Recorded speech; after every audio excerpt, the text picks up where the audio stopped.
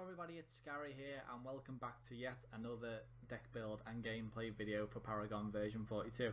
I'm very excited for this one because it's my very first Kallari build on the channel.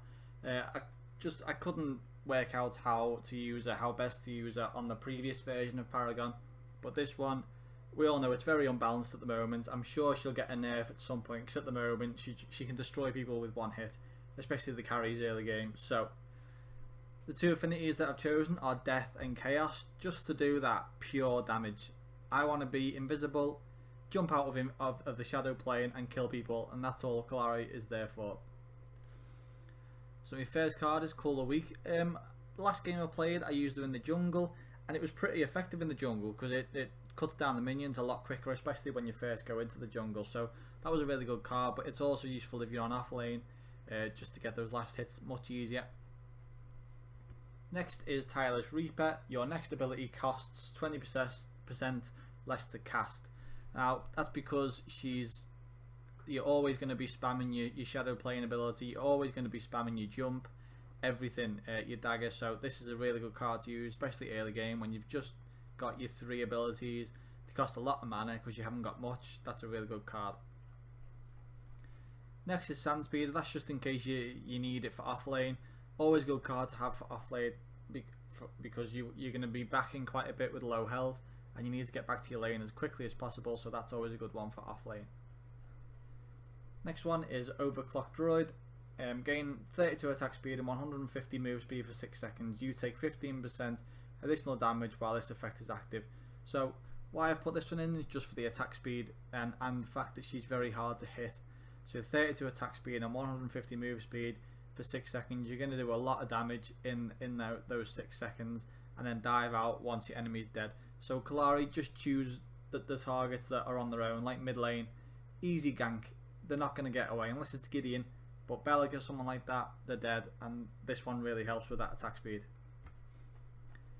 Next, Hellfire Engine. Bit of a well, not even a bit of a very risky one, especially early game, but late game if you put that on, you're just going to destroy people with it. So that's why it's there. It might not be the best card for her, but I always have it in all my decks just in case I'm a bit behind and I need to do more damage than I'm actually doing. So that's always in my builds. Next is Heavy Hitter. Basic damage is increased by 15%, so this is a no-brainer really. You want all the damage you can do coming out of the shadow plane. That's in all my carry builds, all my damage builds, so get that in your deck. Next is Reactor Beast.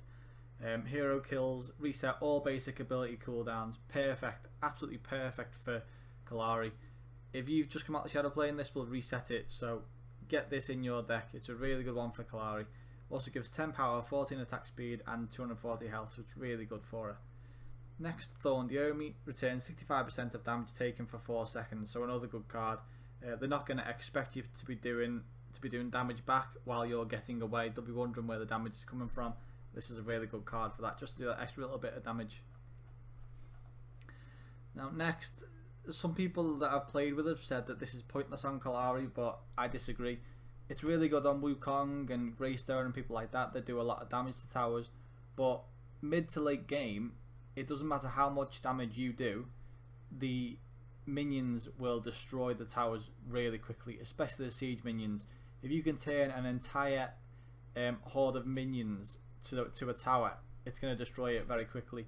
And late game, your attack speed is that big anyway, and this build makes Kallari's power huge. It doesn't matter whether you're Kallari or whether you're Wukong, the tower will go down, so that's why that's in the build. It makes it even easier with being able to go into the shadow plane, so it might not be for everyone with Kallari, but I've chosen this one just to make sure I'm winning those games.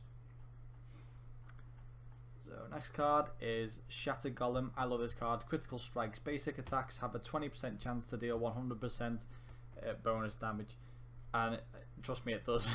The damage that Kallari does is disgusting. She is going to get so nerfed when they do the balancing. She's too dangerous. Played a game a few games ago. I had Countess and Kallari, and I was Murdoch. If I stepped out of my tower, I was dead in about 3 seconds, especially with the Countess ult and the power that Kallari does coming out of Shadow Plane. So this is what does it, I think, especially late game. Final card, just a bit of survivability in prolonged fights. Vampiric Blade gives gain 150% life steal for 3. Don't know what it is, I assume it's 3 seconds, but and you get 10% life steal, so it's a really good card just so you can stay in the fight a bit longer than the other people that you're fighting against.